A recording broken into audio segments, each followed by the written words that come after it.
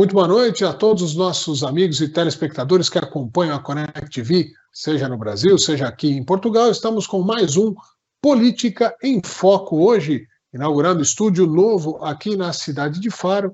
Espero que vocês gostem dessa nova tecnologia aqui, a gente fazendo sempre o melhor para os nossos telespectadores, para os internautas, para todos que ficam sempre conectados com a Connect TV. Nosso entrevistado de hoje, ele já foi prefeito da cidade de Santana de Parnaíba, foi vereador, foi presidente da Câmara e hoje é pré-candidato ao governo do estado de São Paulo. Estou falando do nosso amigo e conhecido, principalmente aqui na nossa região oeste da Grande São Paulo, Elvis César, que já está conectado com a gente diretamente de Santana de Parnaíba. Muito boa noite, Elvis.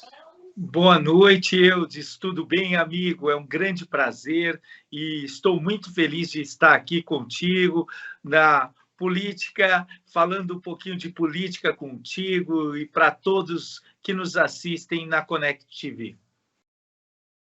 Elvis, eu queria começar, eu não vou focar, normalmente nessas entrevistas a gente foca um pouco no histórico, né? A pessoa contar um pouco da sua história. Você, para o nosso público, para o público da Connect TV, é um cara muito conhecido, fez uma bela gestão por 2 mandatos em Santana de Parnaíba, tem o seu nome já registrado na história da região, também foi presidente do consórcio CIOeste, onde fez um bom trabalho, mas eu quero falar desta pré-candidatura ao governo do estado de São Paulo, ao lado de Ciro Gomes, que vai para presidente. Como é que é esse novo desafio para você? Como é que você está encarando esses primeiros passos dessa pré-candidatura e daqui a pouco da candidatura? Não, é um desafio novo, é um tempo novo. Eu estou com 46 anos e, como você acompanhou minha carreira, nos últimos anos foram de grandes desafios. Eu fui 3 vezes presidente do CIOeste, que é o maior consórcio de cidades do Brasil. Eu fui 2 vezes presidente do Conselho de Desenvolvimento Metropolitano de São Paulo, 39 cidades, 23 milhões de pessoas. E isso me deu uma possibilidade de uma experiência, uma maturidade, um diagnóstico dos problemas da região metropolitana de São Paulo, um olhar novo. E também, Eudes, nos últimos 6 anos eu ganhei todos os prêmios de gestão no Brasil. E, com isso, chamei a atenção das políticas públicas que se tornaram referência para o Brasil aqui em Santana de Parnaíba, como a cidade mais segura do estado de São Paulo, pela Urban System, cidade que mais reduziu a mortalidade infantil, cidade que mais cresceu no IDEB em 2017 no estado de São Paulo, cidade que foi a segunda maior empregadora do estado de São Paulo em 2020, na minha gestão, 2019. Então, essas políticas públicas despertaram um olhar diferenciado para Santana de Parnaíba e também para a minha pessoa. E aí recebi o convite do Ciro, do Lupe e do Neto para que pudéssemos trilhar juntos esse desafio de levar uma proposta nova para São Paulo, com uma pessoa nova, um jovem político, mas, porém, validado e premiado no Brasil. Ô Elvis, eu tenho acompanhado algumas entrevistas suas, que você tem dado para a grande mídia e tal, e muitas vezes você é questionado assim, mas você é um cara que é muito conhecido na sua região, na região oeste, ou talvez na região metropolitana de São Paulo, se isso não é uma barreira para você, se isso não causa dificuldade na hora de levar as suas propostas, os teus pensamentos, a sua filosofia de trabalho para o resto do estado, já que é um estado muito grande, com 650 e tantos municípios, com uma população gigantesca. Como é que você tem pensado e tem feito para ultrapassar essa barreira do tamanho, da grandiosidade do estado de São Paulo, sendo que você é um político que até então atuou muito regionalmente aqui na região oeste da Grande São Paulo? Olha, Eudes, você está falando exatamente a nossa grande dificuldade, sabe? E como eu tenho vencido isso? Eu tenho vencido isso, em primeiro lugar, trabalhando mais do que todos os candidatos. Hoje eu estou na 5ª entrevista, é perceptível minha voz embargada, mas na 5ª entrevista e muito feliz, Em primeiro lugar, por te conhecer, o seu trabalho sério no jornalismo há muitos anos, e também pela possibilidade que eu tenho de mostrar as propostas e mostrar todo o nosso propósito para o Estado de São Paulo. O que a gente tem feito? Dado 5 entrevistas por dia, feito uma internet, um conteúdo digital diferenciado, que certamente é o mais forte de todos os candidatos do Estado de São Paulo. É a nossa campanha digital, a nossa pré-campanha, pré-candidatura, mostrando a nossa pré-candidatura e viajando muito, visitando cidades, visitando câmaras municipais, fazendo reuniões, e o PDT nunca esteve tão forte em São Paulo. O PDT hoje vem com Ciro Gomes na presidência, vem comigo para governador, eu, o Elvis César, o Aldo Rebelo para o Senado, 95 pré-candidatos a deputado estadual, 71 pré-candidatos a deputado federal. Então, a gente vem com uma chapa forte, nós temos 180 mil filiados, mais de 400 diretórios constituídos. Então, a gente montou uma boa base não para participar desse processo eleitoral, para disputá-lo com um avivamento no Estado, porque os candidatos são os mesmos, as propostas são as mesmas, e a gente quer mostrar um projeto novo para São Paulo. Eu vou agora começar vou cutucar o pré-candidato a partir de agora, quase que numa sabatina, e a primeira dela tem a ver com o posicionamento político. A gente vive hoje, talvez na história do nosso país, um momento de maior agressividade na política, onde dois polos se atacam frontalmente, a tal da polarização, mas esses dois polos, além de se atacarem, de tentarem se destruir, e a gente tem visto isso dia a dia, também monopolizam boa parte da atenção da mídia e, até o momento, demonstram que as pesquisas que eles não têm dado muito espaço para a tal da terceira via, quer seja a nível federal, mas também no estado de São Paulo a gente já vê nas pesquisas, a princípio, aí, o pessoal da esquerda e da direita bem posicionado. Qual é o posicionamento político desse PDT e como fazer para quebrar essa barreira dessa polarização, se oferecendo como uma terceira via, além no discurso, mas ela viável eleitoralmente? Olha, Eudes, ontem saiu o Datafolha para presidente da República, né? E nós vimos os dados se mantendo. Inclusive o Ciro Gomes se mantendo com 8% das intenções, 10% dos votos válidos. O que a gente tem visto assim? E num olhar para presidente da República, a gente não estamos construindo uma linha de diálogo, uma linha na base das propostas. O que ocorre? Os extremos estão vivendo uma política de ódio. E o Brasil e nós não somos um povo de ódio, muito ao contrário, nós somos um povo de cordialidade, gentileza, bom papo, diálogo. E é isso que nós queremos oferecer para o Brasil. E eu chamo a atenção em 3 palavras para o Ciro Gomes. Primeiro, foi o melhor governador do Brasil disparado. Criou a melhor educação do Brasil num dos estados mais pobres. Por onde passou, teve resultados brilhantes. E tem um nome limpo e tem um projeto de desenvolvimento nacional assim fantástico, sabe o que tem que ser feito. Então, vale a pena você que está nos assistindo, tira uns minutinhos e olha para o Ciro. Olha para o Ciro, que você vai se surpreender com a qualidade e as propostas que ele tem.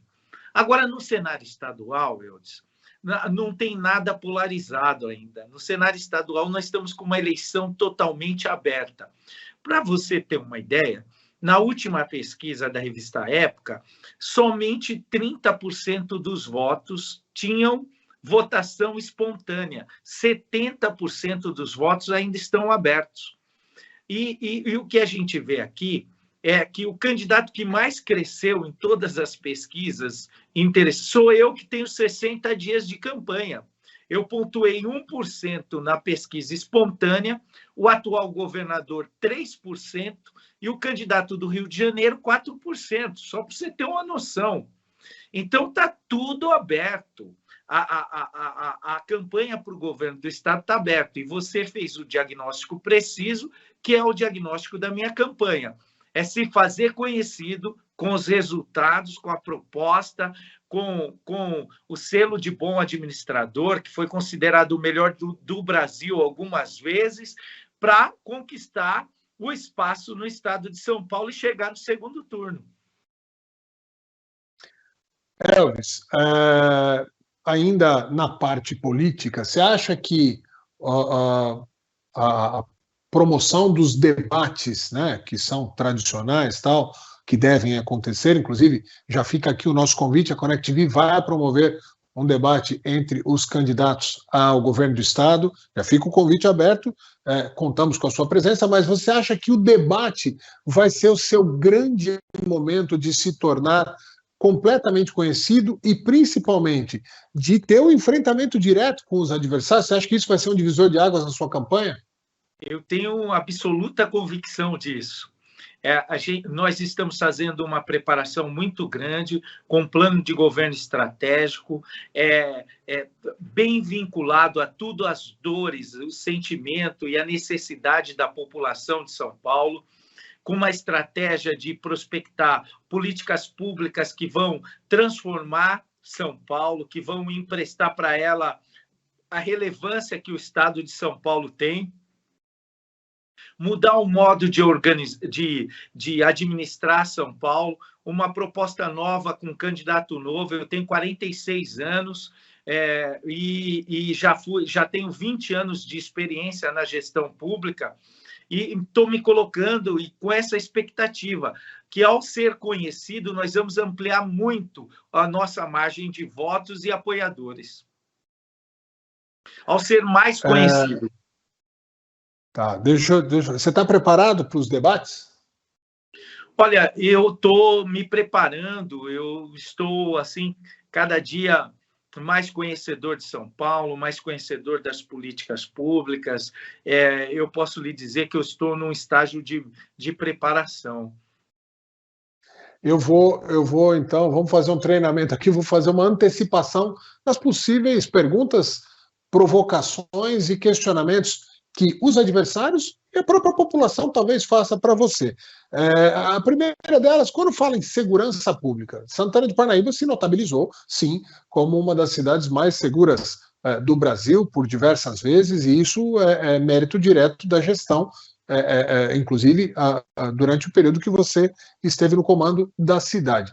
Mas aí a primeira provocação, não é muito diferente você cuidar de uma cidade que tem um determinado isolamento geográfico saudável para que a segurança seja melhor cuidada do que você pensar, por exemplo, no estado de São Paulo como um todo, pensando na região metropolitana? Como enfrentar essa diferença de fazer gestão de segurança pública de uma pequena cidade com cento e poucos mil habitantes para um estado com milhões de habitantes e com dificuldades bem diferenciadas? Não, a sua colocação é muito oportuna, só que Santana de Parnaíba não é uma pequena cidade. Santana de Parnaíba tem 200 quilômetros quadrados e mais de 150 mil habitantes. Nenhuma cidade de Portugal, aí em Algarve, tem o tamanho e a população de Santana de Parnaíba, nenhuma delas. Então, assim, e é uma cidade que está à margem de todas as cidades e de todos os problemas que comungam toda a região metropolitana de São Paulo. Mas o que vale, Eudes, é o seguinte, é a forma de administrar. Santana de Parnaíba, ela tem menos recurso do que outras cidades muito ricas da região, tem menos efetivo e consegue dar resposta sendo a melhor em segurança pública. Então, nós temos a expertise de gestão pública na segurança pública. De que modo que foi dado isso? Nós pegamos a cidade em 13º, sem nenhuma estrutura sedimentada da Guarda Municipal e alteramos o modo. fizemos treinamento contínuo, equipamentos, emprego de tecnologia, trabalho em conjunto com a Polícia Militar, ajudamos a Polícia Civil, montamos assim uma autoidentidade da Polícia Municipal, para que nós pudéssemos ter o reconhecimento da população. É assim, é um case de estratégico de segurança pública para o Estado de São Paulo, sem dúvida. E a gente sabe como fazer. Ou nós tivemos um bom laboratório para podermos aprender como fazer segurança pública e entregar um serviço de muita qualidade para a população. Deixa eu até me defender aqui perante, né, a minha frase, quando eu falei uma pequena cidade, comparando com o tamanho do estado de São Paulo, mesmo porque eu residi em Santana de Parnaíba por muitos anos, tenho um carinho absolutamente especial pela cidade, então só para me corrigir caso tenha ficado algum mal entendido aí, tanto que até hoje, né, eu estou aqui no Algarve e falo o tempo todo me referindo à nossa região, as cidades da nossa região, como se eu ainda residisse... Mas as pessoas, às vezes, não têm, mas a sua colocação, eu preciso retificá-la, porque as pessoas vão... Santana de Parnaíba é o maior patrimônio histórico do estado de São Paulo, você sabe disso. E as pessoas vão visitar o centro histórico e não conhecem, às vezes, a cidade inteira. Né? Então, vocês que estão nos assistindo, mas nós somos um case de segurança pública porque nós temos políticas públicas concatenadas, reunidas, de sucesso para a população. E na geração de empregos, nós somos a segunda maior geradora de emprego do estado de São Paulo, nós somos a maior... A melhor em mortalidade infantil, a que mais reduziu a mortalidade infantil no estado de São Paulo.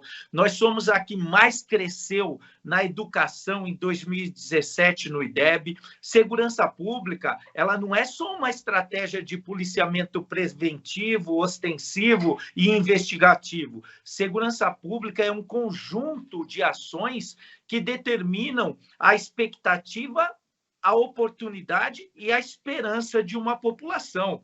Então, nós reunimos várias dessas políticas públicas, como reuniremos no governo do estado de São Paulo, e só com o que nós fizemos aqui, nós vamos revolucionar a segurança pública no estado.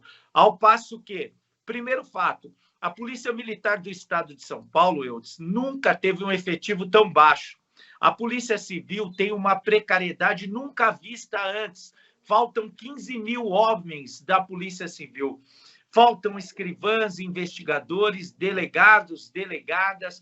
Não tem estrutura. Aí nós falamos em combater o crime organizado. Como combateremos o crime organizado se quem investiga e elucida não tem estrutura? Veja bem. E mais, você sabe que aqui em Santana tem o sistema Detecta. Em todas as entradas e saídas, nós temos radares que leem as placas e entregam dados para o central de controle, que junto com as câmeras fazem a persuasão e o controle das entradas e saídas do município. Em São Paulo, só cidades ricas que têm isso. As cidades mais pobres não têm isso. E eu, como governador, eu farei esse investimento em todo o estado de São Paulo. Nós vamos ter muros virtuais, cercas virtuais, que impedirão o crime de se deslocarem de uma cidade para outra sem serem percebidos. Muito bem. Falamos um pouquinho de segurança pública e agora eu queria que falasse um pouco de geração de emprego, né? Eu vi outro dia uma análise dizendo que o paulista, né, de maneira geral, ele gosta de trabalhar e que o impacto da pandemia, né, o momento da pandemia, que tirou milhões de brasileiros, e no caso, milhões de paulistas, da sua rotina de trabalho, foi, de alguma maneira, foi um impacto negativo para o governador Dória. Queria que você falasse um pouco a respeito disso. Como é que você enxerga esse momento de recuperação da economia brasileira? Os sinais já estão aparecendo, mas que ainda há muitas, principalmente milhares de empresas que, se não faliram, estão pré-falimentares, não pelo momento da economia, mas por aqueles 1 ano e meio ali que a política do fechamento causou estragos, em muitas delas irreversíveis. Como fazer para fomentar esse novo momento da economia e a recuperação dessas empresas que estão em situação muito difícil ainda por conta desse momento? Eudes, o que a gente verifica é o seguinte: a retomada do processo econômico pós-pandemia em São Paulo se deu com uma lentidão e sem nenhuma estratégia de estimular a economia e fazer um aceleramento das empresas, do emprego em São Paulo. Haja vista que, de 20 para 21, 2020 para 21, São Paulo passa com 29 bilhões de reais de excesso de arrecadação.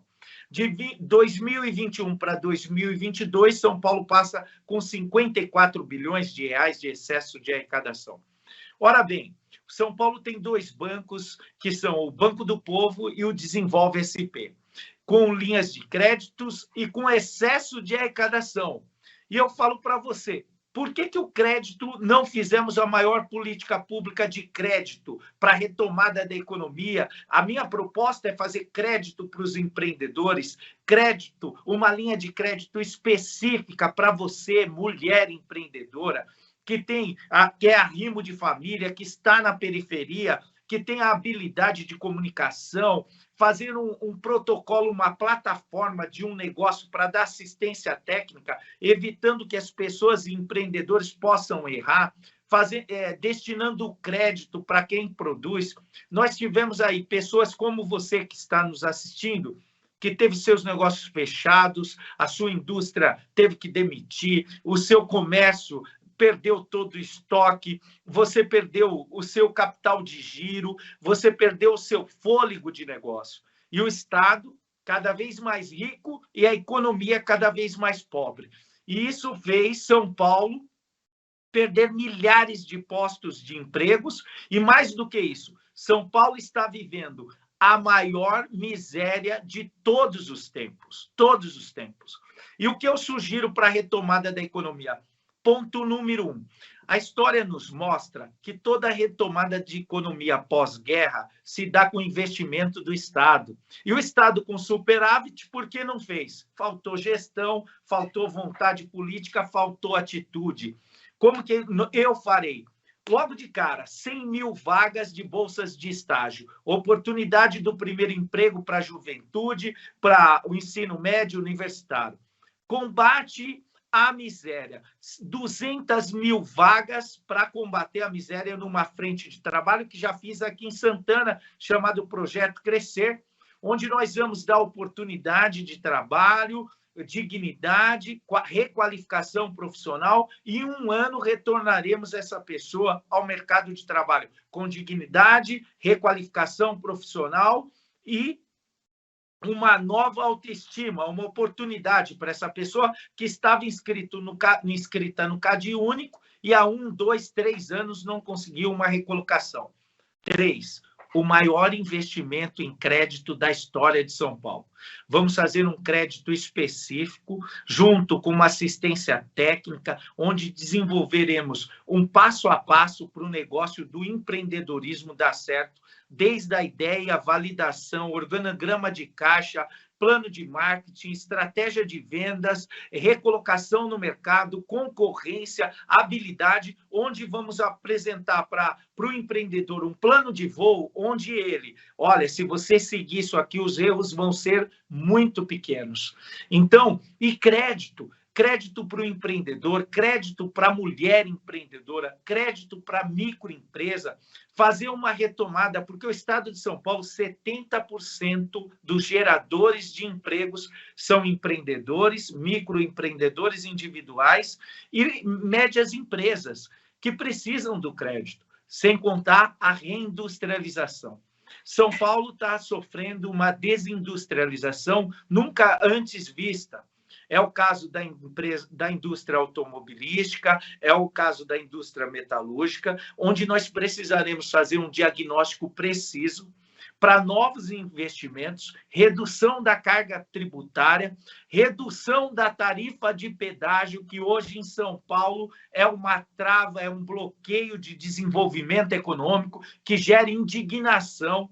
Há 30 anos atrás, as estradas, as rodovias paulistas eram esburacadas, perigosas e era muito precário.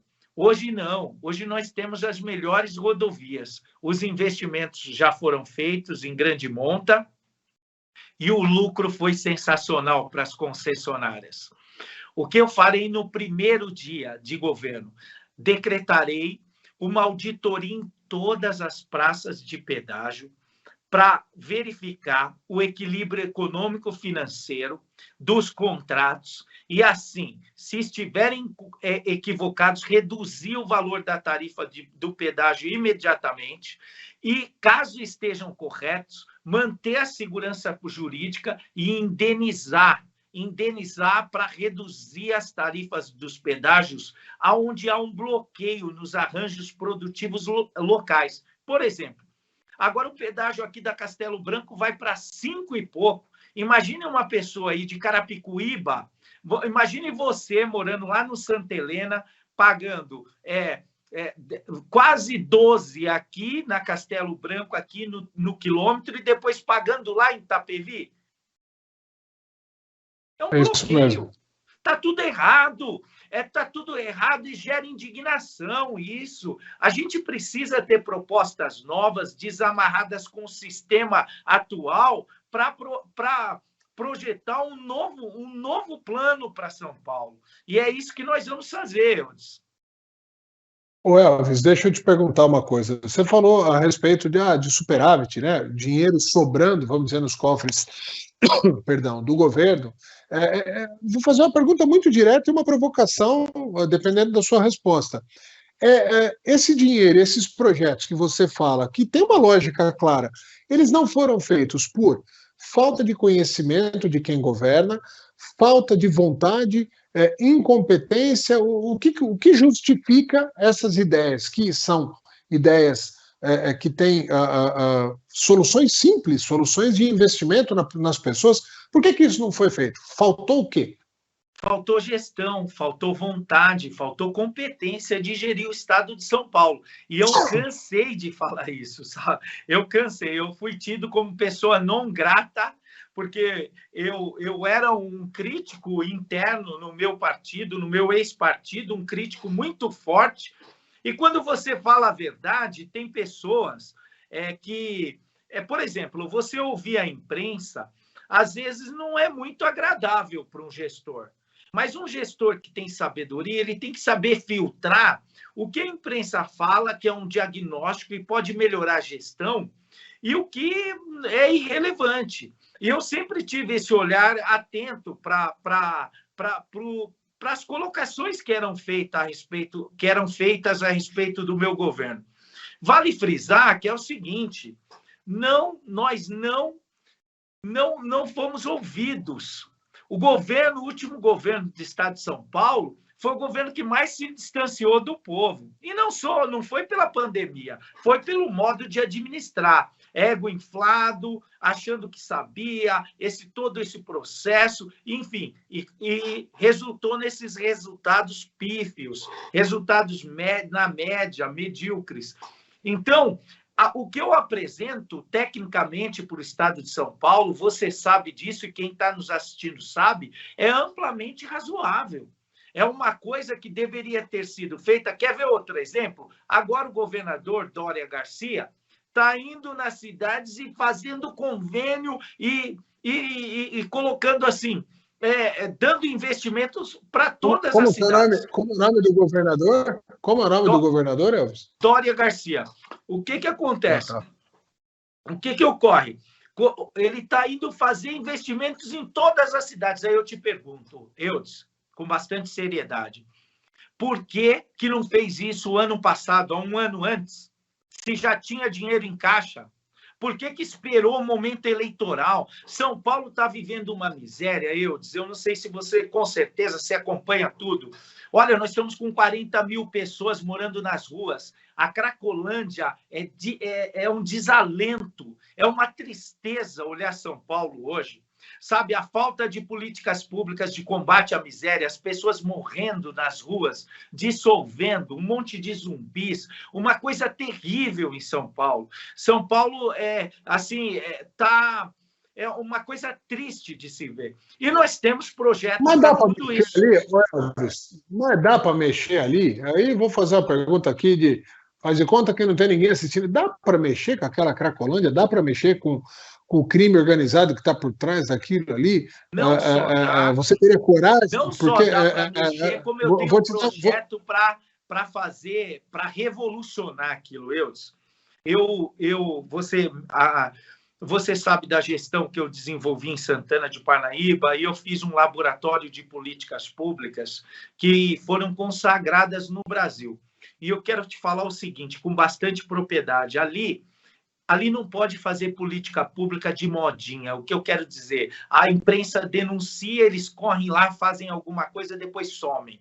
Eu vou te falar qual é o projeto para a Cracolândia. São 4 eixos. O primeiro eixo, assistência social. Não é razoável que no estado mais rico da federação, Eudes, a gente possa ter pessoas morrendo nas ruas.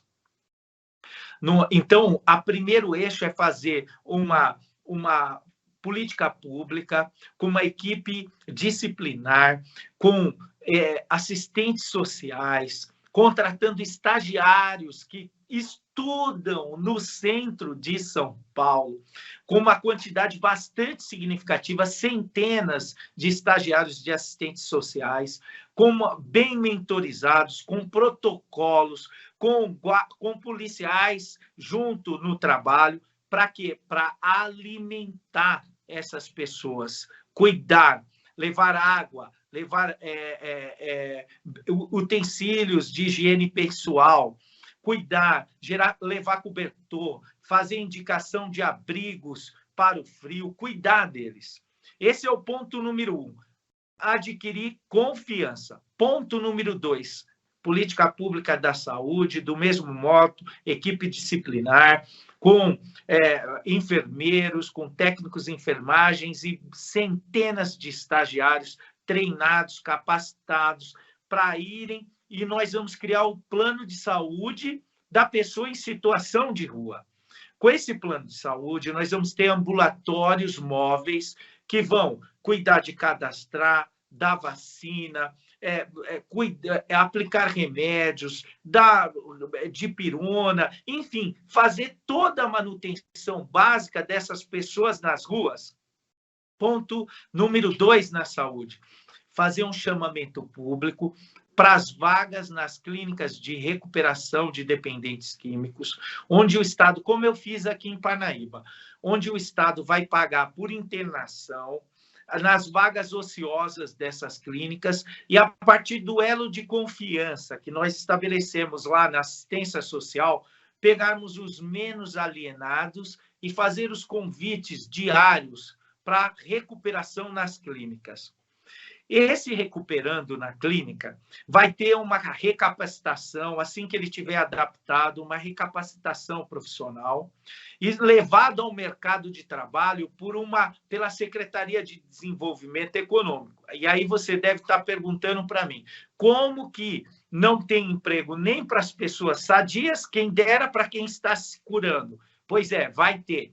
Nós vamos criar um bônus, pedágio, pago pelo Estado de São Paulo, onde todos os encargos sociais das pessoas que forem contratadas, recuperando-as da Cracolândia, que saem das clínicas, serão abatidos numa tarifa de pedágio, ou seja, terá o bônus pedágio e vai ter um selo social essa empresa.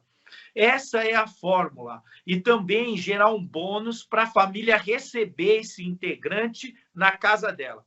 essa política pública sendo empregada, ajustada em parceria com a Prefeitura de São Paulo com constância, ou seja, efetividade, para todos os dias, nós vamos dar jeito na Cracolândia em São Paulo. Nós vamos mudar a história da Cracolândia em São Paulo. Mas e o crime? Você falou da parte social e da assistência social. E o crime? O tráfico? Crime é como o é que quarto, encara? Desculpa, é a quinta entrevista de hoje. Ainda bem que você me recuperou. O crime é o quarto eixo. Então, primeiro é assistência social, segundo é saúde, terceiro, desenvolvimento econômico, e o quarto eixo é polícia para prender traficante. E ele vai estar ali já ali na investigação, como assistente, como enfermeiro, acompanhando, rondando, dando a letra para a gente fazer as prisões.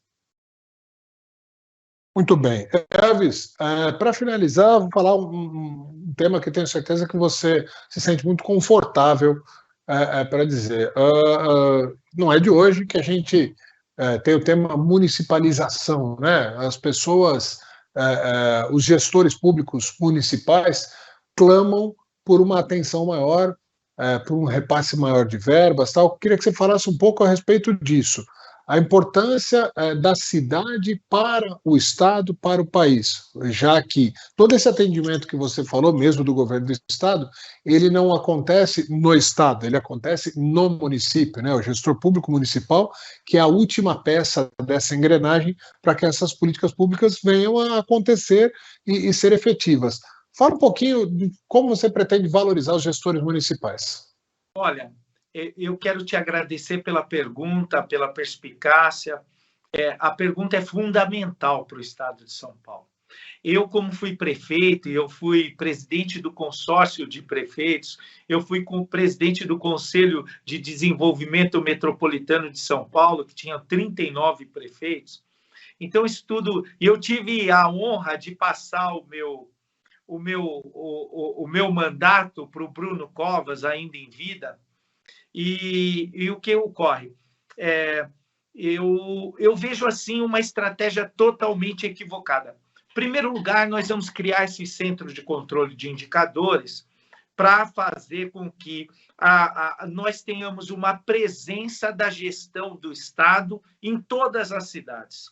Na educação, nos hospitais, na saúde, na segurança pública, no desempenho de empregos, mas, sobretudo, dando uma assistência técnica com o método que eu criei, que é o Governo 360, que fez da gestão pública aqui de Santana de Parnaíba a premiada no Brasil. E assim nós vamos dar assistência técnica para que os municípios possam melhorar a gestão pública. Esse método ele consiste no método científico PDCA, onde nós elaboramos especialmente para a gestão pública, uma metodologia que cria o hábito da produtividade, eficiência e profissionalização da gestão, voltada a entregar bons serviços à população. Outro ponto bastante relevante é uma política pública equivocada, onde o Estado de São Paulo compra viaturas, ambulâncias, maquinários, tratores. Isso eu não farei mais. Eu vou destinar os recursos para os prefeitos fazerem as escolhas e as compras que forem as necessidades das cidades. Esse negócio de doar tratores para cidades do interior, doar equipamentos para cidades do interior, viaturas, assim, de patrulha rural. Não, nós vamos fazer uma camada de investimento, dividindo as cidades pequenas, médias e grandes, metrópoles, com determinadas destinações orçamentárias, para que essa verba chegue ao Estado. E outro ponto bastante relevante, que eu quero alterar a segurança pública no Estado de São Paulo, é o investimento que eu vou criar para as guardas municipais, para equipamentos nas guardas, viaturas, mas o Estado não vai comprar. Vai mandar o dinheiro, a receita, para o prefeito utilizar na cidade. Então, essa visão estratégica de gestão, de alocação de recursos, de proximidade, vai ajudar e vai ser, sim, verdadeiramente uma gestão municipalista. Outro ponto bastante relevante é que eu vou ser um governador que vai atuar em todas as regiões administrativas do Estado, nas 15 regiões administrativas, em todas as regiões metropolitanas, eu estarei me reunindo, conversando com os prefeitos, vendo as dificuldades de perto, elaborando diagnóstico e dando solução aos problemas do Estado. É uma tarefa árdua, mas que alguém precisa fazer e ter a vontade de fazer, Eudes, de ser um governo municipalista. Muito bem, Elvis. A gente encaminha agora para o nosso final. Última pergunta, agora mais descontraída, né?